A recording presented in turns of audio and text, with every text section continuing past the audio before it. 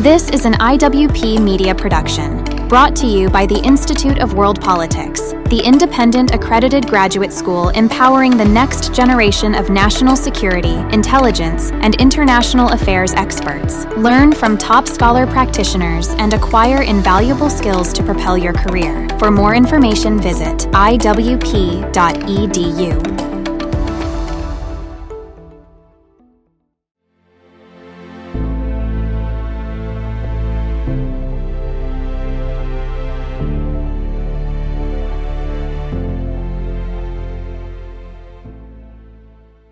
Welcome, everybody, to our podcast. I'm Jim Robbins, Dean of Academics at IWP, the private independent school of national security, intelligence, and international affairs. And we're joined today by the Executive Vice President of IWP, Captain Chris Glass. Chris, welcome to the show. Thank you, Jim. It's great to be here with you. Thanks. Why don't you tell everybody about what you do at IWP? My job literally is just keeping the lights on and making sure that we stay focused on our mission here at the school. It's quite frankly the best job in the world, in my opinion, and because we've got a great staff and a great faculty. So that's really the bottom line as I'm the Chief Operations Officer. There you go. Yeah, I agree. It's like a big family at IWP. It really is. Yeah. Why don't you tell everybody about your background? So did 37 years in the military, predominantly within the intelligence sector, real focused on maritime intelligence, but really covered most of the disciplines within the intelligence community. I also concurrently was involved in several business organizations. I was a part owner of an information technology company, telecommunications, even some building and supply at one point, back to the government, but mostly intelligence contracts within the classified venue for the government. There you go. And in addition, you're an IWP parent. I am, yes. Actually, my son graduated in class of 2018. He's a naval intelligence officer, so I was kind of following in my footsteps. And my son-in-law, who is an Army intelligence officer now, is currently pursuing his master's at IWP. So I'm kind of a double parent, if you will. Well, there you go, yeah. In some ways, it's literally a family. It really is a family. And, my daughter is also involved in recruiting and assisting with recruiting at IWP. So it really has been a great family experience, not only the education, but again, the relationships and kind of the family environment. That's what IWP offers. That's fantastic. Well, on our topic today, I wanted to talk a little bit about politics. And I know that we don't really like to talk about politics. We like to stick to policy more so than politics. Yeah. But just in the broader sense of the rhetoric of politics, and kind of the temperature of politics. I mean, whatever side you're on, it seems like these days there's just an increase in rhetoric. Like everything is extreme, no matter what it is. And it kind of drowns out reason and common sense. What do you think about that? Yeah, I agree. I think people stop thinking about the actual policies, the actual way to move the country forward, and they move more into emotions. It's almost like they check their worldview at the door. And instead of it having a healthy dialogue on legitimate disagreements, they move into an emotional position of trying to get the better of somebody. Maybe I can get a quick word in. Maybe I can get a quib in. Something that stirs the conversation in a negative way versus actually coming up with real life solutions that will benefit everybody. Yeah, definitely. We see in Washington this strong partisanship now. Like the bipartisan ideal is gone, basically.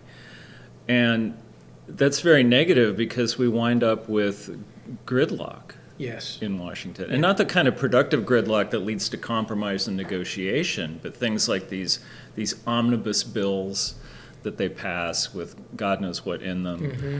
These constant threats of shutting down the government because they just can't get together on funding legislation. All of these kinds of things. I mean, it's no way to run the government. No. Yeah, I think we also see you have a regional competition as well with what we used to call pork barrel projects, appropriations. You know, you don't hear about a lot of that in the news anymore, but a lot of these bills that they try to get through, where they're putting them on the table and give an individual just a few days to read, they're filled with those type of agendas. You know, on top of the potential divisiveness that individuals, men and women in Congress, are putting into those bills. So I agree with you completely. Right, and then we wind up with these $1 trillion deficits. Oh my gosh. That, Yeah. you know, hurting our, the center of gravity of our national power, which is the economy. Absolutely. I mean, I was visiting with my grandsons on Sunday, and I had this conversation with my daughter, and I just said, listen, you know, the trillions of dollars that we are in debt, it's something that I won't be repaying, and it will be you, and quite frankly, my grandsons and their children. And that's a sobering thought when you think about that. We're just not thinking about tomorrow whatsoever at all, it seems to me. I couldn't agree more. I saw a study, this is on bipartisanship from Harvard, that looked at bipartisanship over the last 150 years or so. And the interesting thing about it was that the most bipartisan era for our government was around the middle of the 20th century. And a lot of that was because of Southern Democrats who were more willing to make deals. And even during a time when the Democrats were in power, they would make deals with Republicans, and so you had this kind of bipartisan flavor of things. And now that's all gone away. Like now almost everything is a party line vote. But the interesting thing about this study that I saw was that there was more bipartisanship in the late 19th century than today. And that was a time when you had in Congress Civil War veterans from both sides who could work together better, people who had been shooting at each other, right, a few decades before. It can be sobering. Trying to kill each other. Exactly right. And yet in Congress, there was more, and again, it wasn't like a big love fest, but there was more bipartisan cooperation then than there is now, even with these Civil War veterans. I mean, what does that tell you? It really is.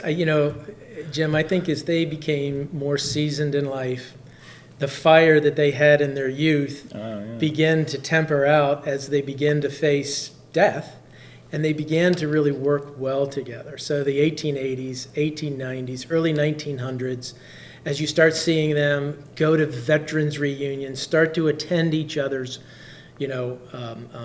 funerals, it really is. And I think it was manifested in our politics. It's a very astute observation. Yeah, it's just super interesting. Yeah, it really is.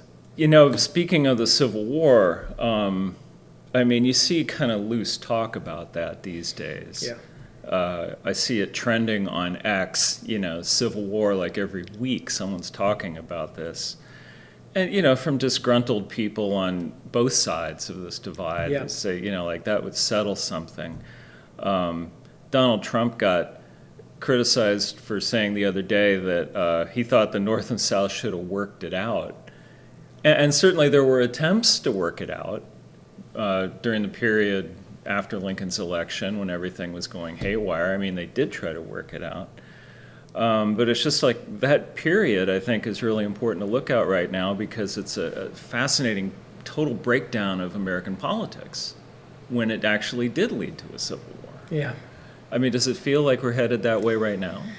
I think a lot of times we go back to the emotional responses that people have. When there's a breakdown of intelligent dialogue, they morph to the kind of the least common denominator. That is doggone it, I'm gonna pick up my toys, I'm gonna go home, and maybe it's time for us to all begin to fight.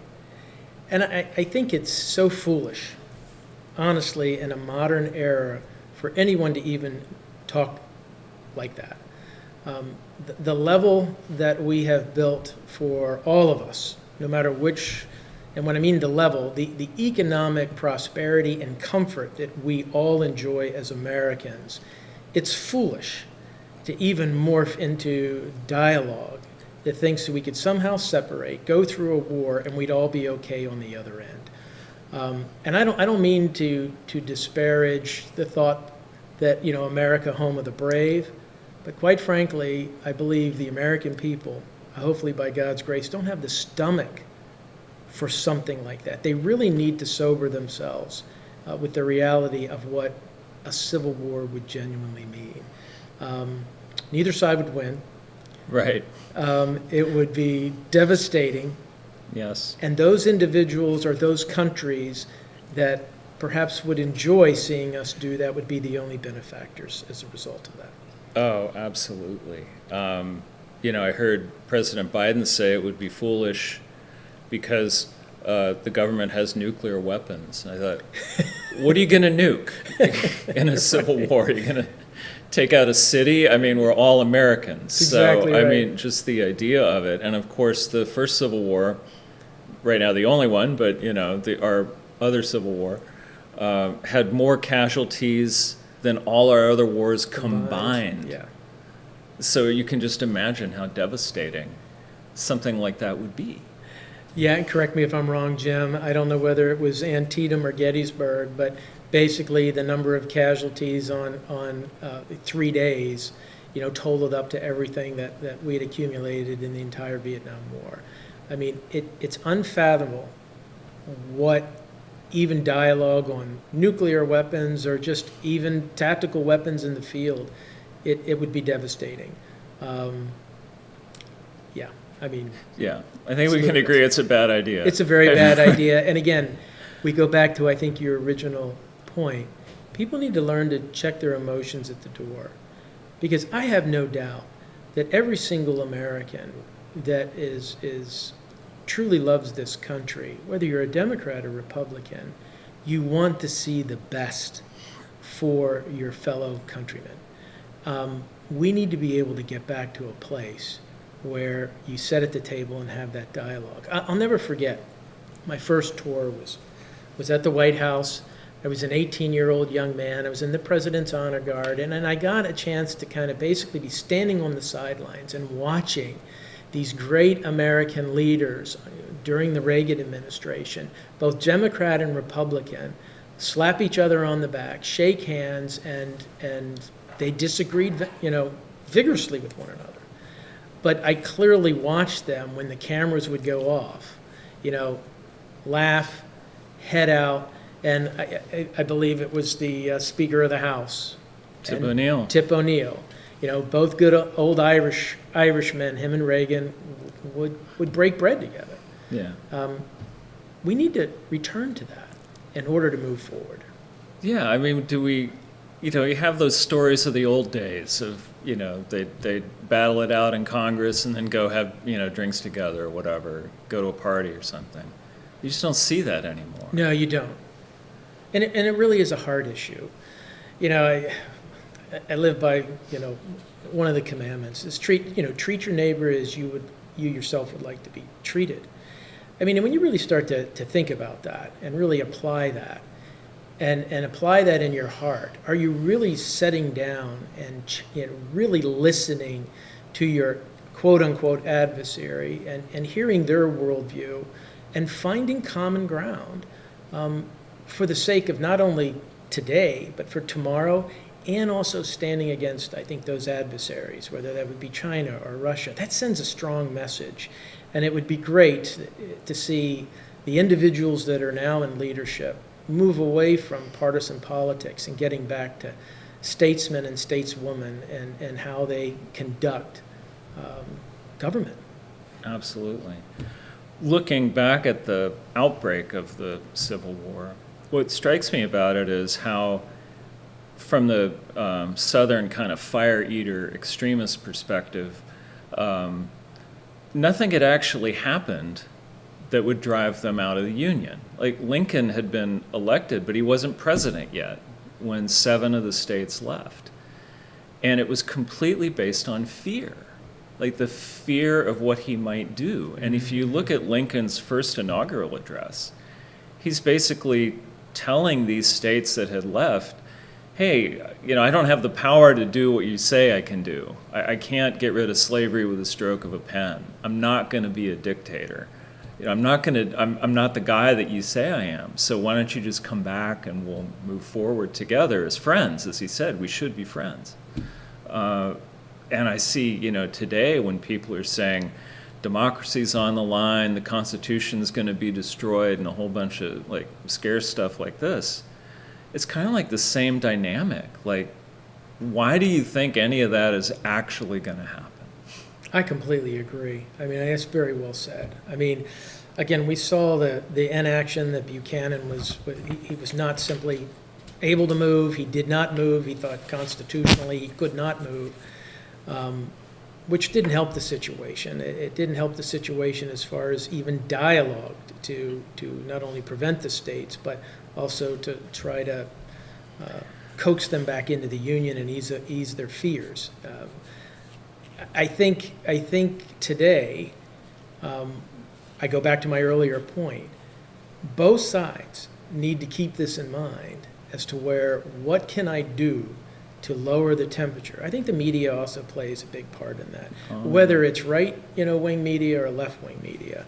Both of them also, that fourth estate needs to come back and start to do their job as well to lower the temperature. Again, for the sake of the country, and more importantly, so that as Americans we're standing and sending a message to our adversaries around the world. Yes, new Gallup poll just out, the annual poll they do on whether people trust the media shows it at an all-time low. Yeah. And then when you break it out by party, particularly amongst Republicans, where it's just going down to single digits almost. Yeah. People, they just don't trust it. And we see trends of lack of faith in American institutions, whatever they are. I mean, they're all headed in the wrong direction.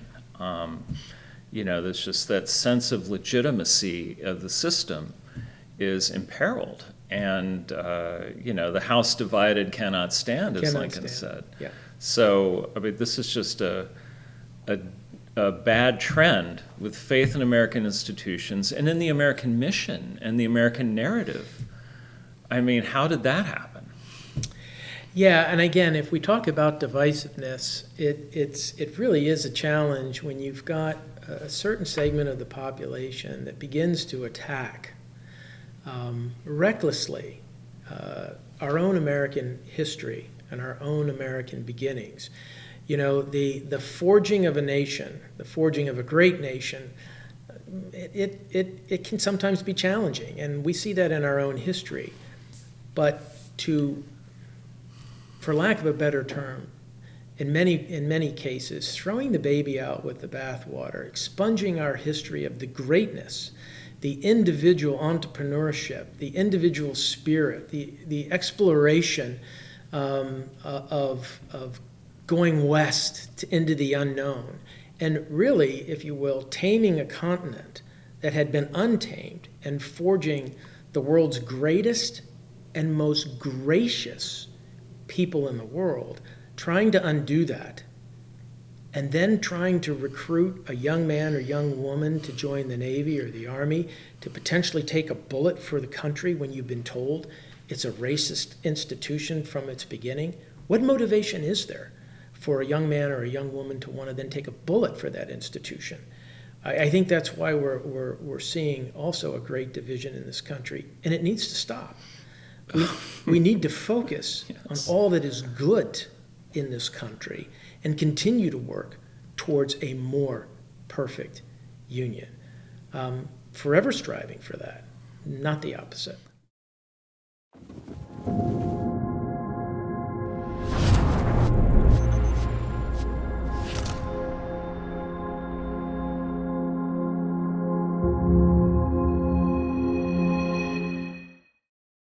I saw a write-up recently from DOD on recruitment shortfalls and looking at the various and their demographic effects and employment effects and other things.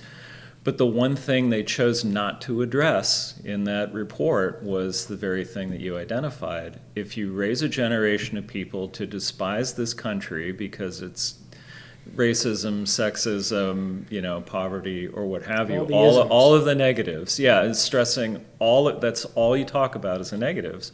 Why would anybody sign up? Why would they want to die for their country if the country's this, something to be ashamed of? And when you sacrifice that positive narrative of all of the good and patriotic things and replace it with that shame narrative, then yeah, people are going to tune out. They're not going to trust institutions, and it's really not a recipe for success. Not at all. Yeah, we've seen it throughout history. Wherever communism begins to make its way into a society, that's the first thing that they always go after. Rip the institutions down. Point out everything that is evil with the institution. Rip into the military as being corrupt, the government. Then once they've taken power, rebuild in their image, restructure. I mean, Russia is still going through that identity crisis, especially with what was once what I would say they went from a czarist army of all of these traditions that had gone back hundreds of years, then into the Red Army, and then when they overthrew the communist government, throwing out initially all of the great Red Army traditions that had been built during World War II, rightfully so, and trying to go back to those very same things that they had destroyed, that had the identity of Mother Russia under the old czarist armies, trying to reclaim that. They're still going through that identity crisis. They're still trying to find their footing to this day. And it's weakened them. And I quite frankly think we see that now being played out in some respects in Ukraine. It really has revealed a lot of the disunity and instability and lack of military preparedness within the Russian army. It's why they're struggling so much in Ukraine. I don't mean to get off on that tangent, but no, yeah. Completely valid. I mean, it's been a disaster, and when they have to import North Korean troops, just to maintain their offensive, I mean, that should tell you something. Yeah, it's pathetic. To what extent do you think that what we're seeing is the result of new information technology?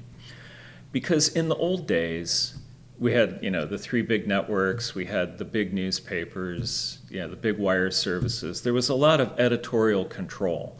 Now, it might have been biased one way or another, but it was controlled. I mean, you didn't get invited to that game unless you could write, unless you had valid ideas. You had people looking at it.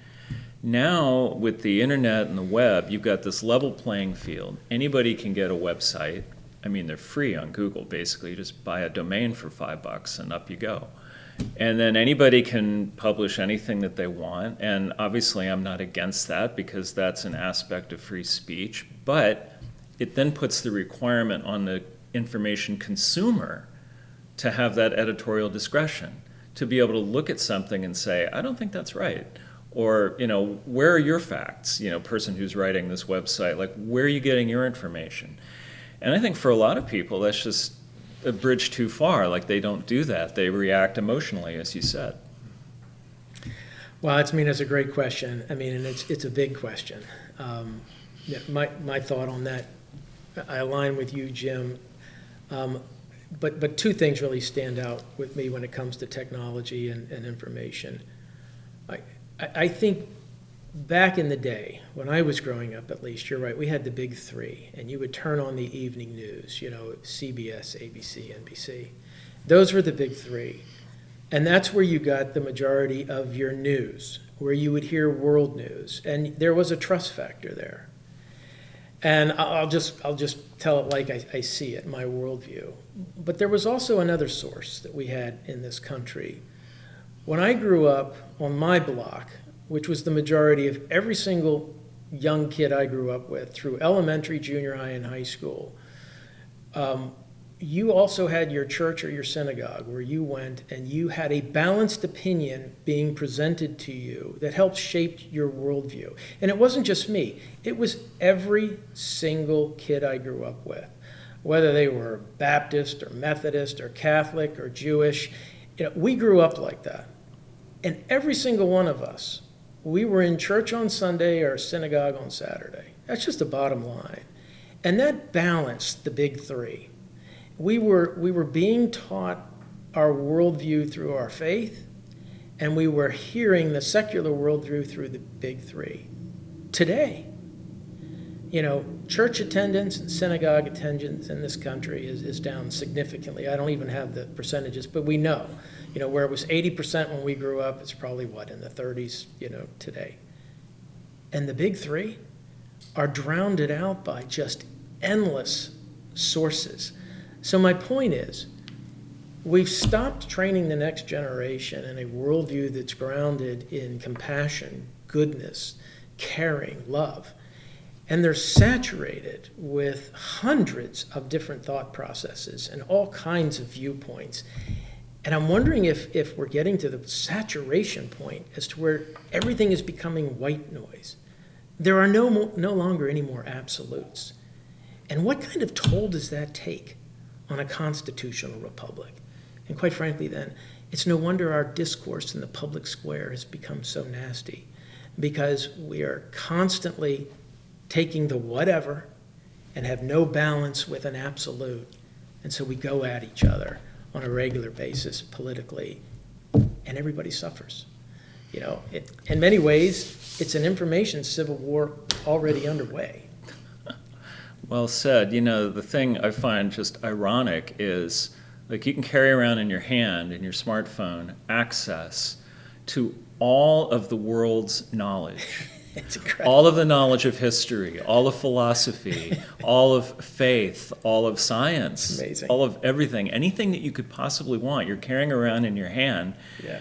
And people don't check anything. They Yeah. don't check the facts. They just, there's something on X or Twitter. Oh my God. And they get all upset. Check the facts. Yeah, and I'm guilty of that.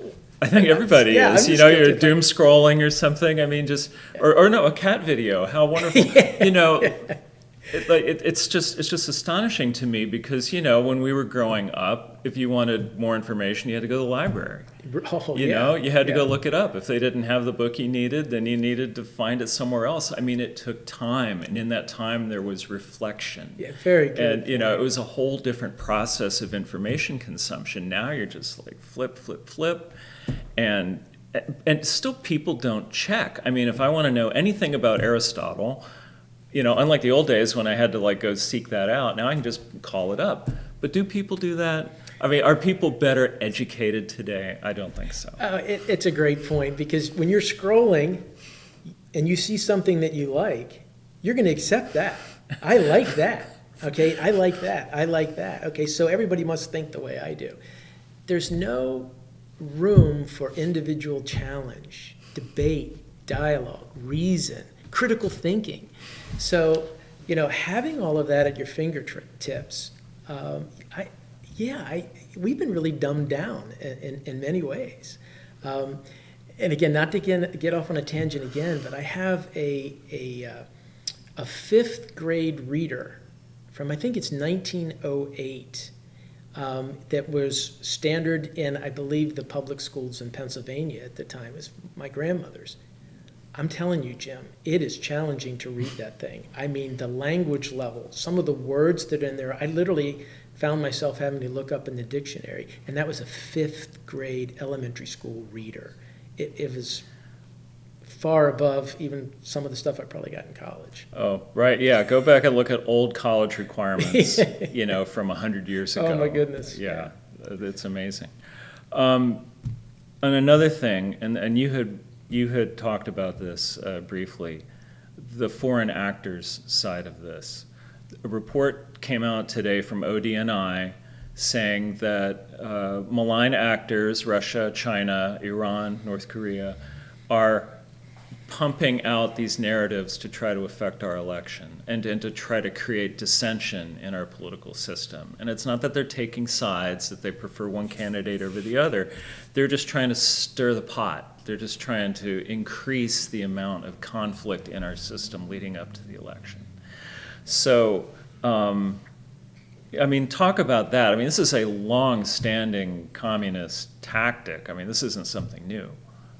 No, I mean, again, in my early days within naval intelligence, I mean, we were trained to be on guard for that. And this was before the internet. This was before our standalone systems became integrated through the internet, whether it was on the high side or low side. I think it may be time. I think you hit a great point, Jim. It's time for the government, something that we could all be unified on, in educating the American people. And I don't think that we do that. It's lost in the white noise again. It's lost in all of the myriad of information that comes out on phones or the internet. So it's lost. But that is the truth. Foreign actors, it is a very cheap way to influence the outcomes of political elections and really shape the future of a nation. Think of everything that touches: economics, foreign policy. I mean, that's really what they're after. And to that extent, I really wish that those kind of reports, as I was educated internally as a naval intelligence officer, I really wish the government, through whatever means that they believe would be appropriate, these would be the patriotic messages and the warnings that need to go forth, similar like we did in World War II, right? Loose lips sink ships, guard what you say, there's a spy around every corner. That does exist today. And I think the American people are naive to think that it doesn't happen. Oh, yeah, I mean, the people who latch onto these narratives, whatever side of the spectrum they're on, they're just a patsy for these malign actors who've inserted the narratives. Yes. But they run with it because they're very well designed narratives, and they're intended to increase that tension that we feel in our system. Absolutely. Because it weakens us as a nation. So it's political warfare, being driven by these states that don't like us. And to go back to you, very well said, to go back to your earlier point, this is what was occurring throughout the South prior to secession, throughout Southern newspapers, throughout the South.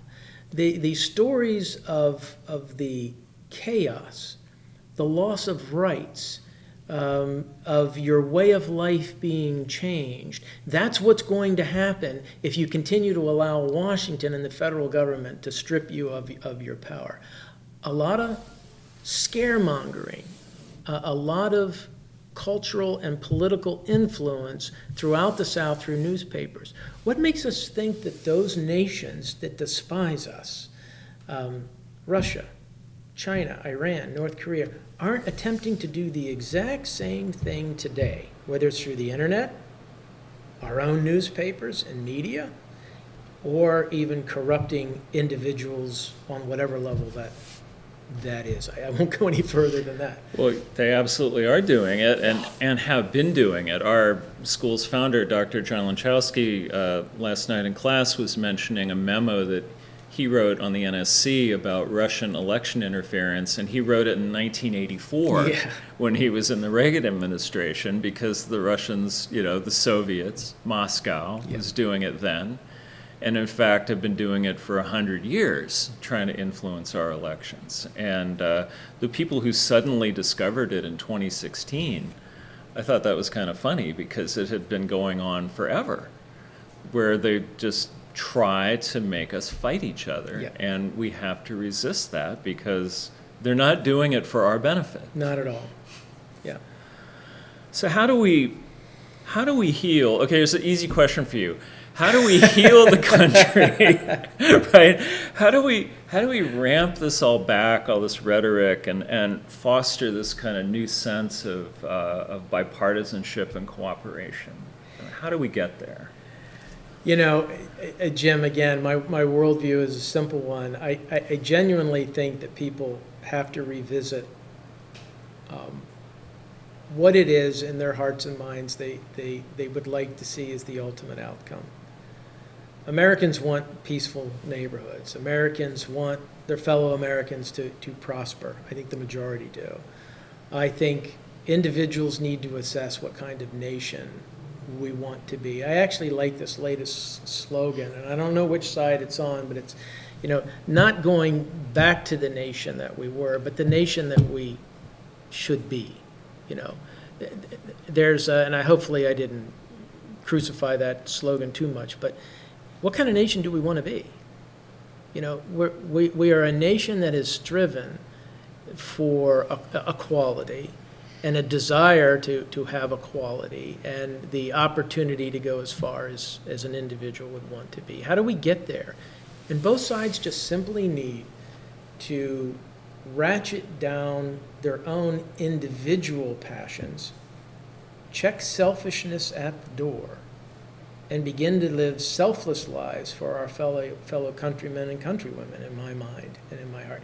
That's a big task. I know that's a whole shift in the hearts and minds of men and women. But in my simple worldview, always going after the hearts and minds of men and women and what it is that they're concerned about, what their fears are, what their hopes are, what their joys are, that's how we make an inroads. And I know that sounds really, what's the word, grandiose. It sounds like wishful thinking. But I do believe that we can get back to that point if we can just check our own self-interest at the door and begin to live selflessly for others. I believe at that point then the walls can start to come down. And you can put this off the record if you want, but I don't know, the cameras are rolling, Yeah. but go ahead. maybe this needs to be edited. But I do believe that men and women in this country, my hope would be that we would have some type of genuine return to those spiritual leaders in their life, whether they're Muslim, whether they are Christian, whether they're Jewish, to begin to get solid teaching again so that the hearts and minds of men and women could genuinely be changed for the future of this country. That would turn things around very quickly because we'd start thinking different and we would truly start thinking selflessly. Much more than you asked, but that's my worldview. Well, that's why you're a guest on the show.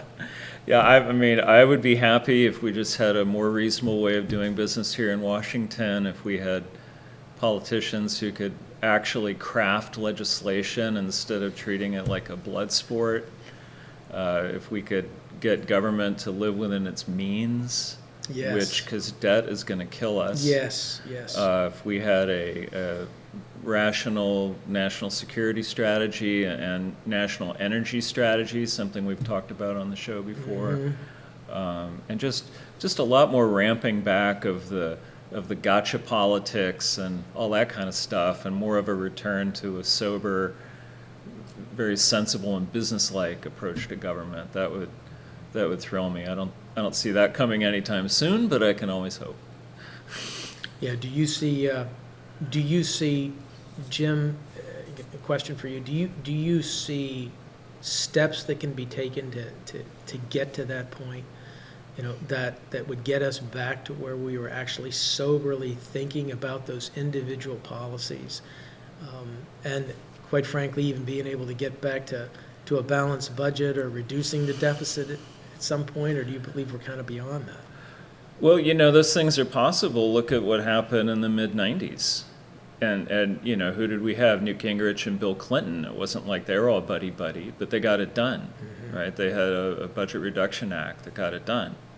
So it can be done in a bipartisan fashion. I would think, personally, that the people on the Hill, the politicians and the staff, everybody, are sick of it. They're probably sick of all of this infighting and you know, just going back and forth and the anger and the vitriol and the whatnot. I would think that they would like to return to a time when they could sort of, you know, still have disagreements but be buddies, you know, with common experiences, and they could enjoy each other's company, or, you know, go take in a game or something, you know, have like a normal life. But even that kind of social bond has broken down. And so I think a way forward would be if some people on the Hill would commit to start doing stuff like that, get to know the other person, just, you know, kind of hang out, you know, go off the record, right? Turn off the tape recorder and not try to mess with the other person, but just try to be friends. I would think it would add to their quality of life, and I think it would add to the quality of our government. So maybe that's possible, but I think at some point they're just going to get so sick of it that they just say, you know what, let's try a different way. Let's try to be friends, and maybe that'll work. Yeah, I'm hoping that we're reaching a saturation point, and I guess this kind of brings it full circle, whether, we stay together as a people, which is the only reasonable course and way forward. Again, thinking of what we've built that no other civilization ever in human history could even fathom, on what we've managed to build and the levels of prosperity we've been able to craft. To think about going in a direction of disrupting that or ripping that apart is lunacy. To be able to just simply come together in what we believe as Americans. I always used to, I believe it was Calvin Coolidge, you can correct me if I'm wrong, the business of America is business. And that was a great philosophy, and it wasn't a callous one. It was, when you really think about that, it keeps us focused on the world stage, on how we can benefit our own people at home, but also bless the peoples of the world with what American ingenuity can do. It creates prosperity. It creates jobs, which raise the standard of living for every individual. That then provides a solid tax base. That provides endless medical benefits. It increases a healthcare system to its highest levels. Prosperity will allow everything to come back into check. And that, managed with social responsibility, goodness and mercy, empathy, if you will, with those qualities on top of it, the United States, we need to be thinking about what we have in common, those goals that we all cherish. Those are the things that, in my mind, we need to stay focused on. Who are we as Americans, and how do we want to impact not only our own nation, but the world? That's how I grew up. That was the difference between us and the Soviet Union. And plus, then we're shooting up rockets every Saturday morning, interrupting my cartoons, and we also had a vision to go to the moon and beyond, to establish what we didn't know scientifically. Again, not to get off on a tangent, I get real excited. If I was a young man, I probably wouldn't have wanted to join the Navy. It would be the Space Force for me. And to think about some of the things that Musk is talking about and heading us now into Mars, to me, that's exciting. Those are the things that we should be teaching also in our schools, about not only the greatness that we just talked about with what's all good about the country, but for all these little boys and girls in school thinking, you can be heading out into space to be able to foster scientifically the unknown. Why aren't we teaching that to the next generation? I'd be jazzed. Anyway. Fantastic. Well, I can't think of a better way to close than with that. Chris, I want to thank you for coming on the show. Thank you very really much. value and appreciate everything you do for the school and You your too, wisdom on the future of America. So thanks for joining us. Thank you very much, Jim. Thank you for having me. If you like our podcast and would like to hear more, please subscribe. And if you are interested in learning more about the topics we covered here today and want to be a student at IWP, go to iwp.edu and click Apply now.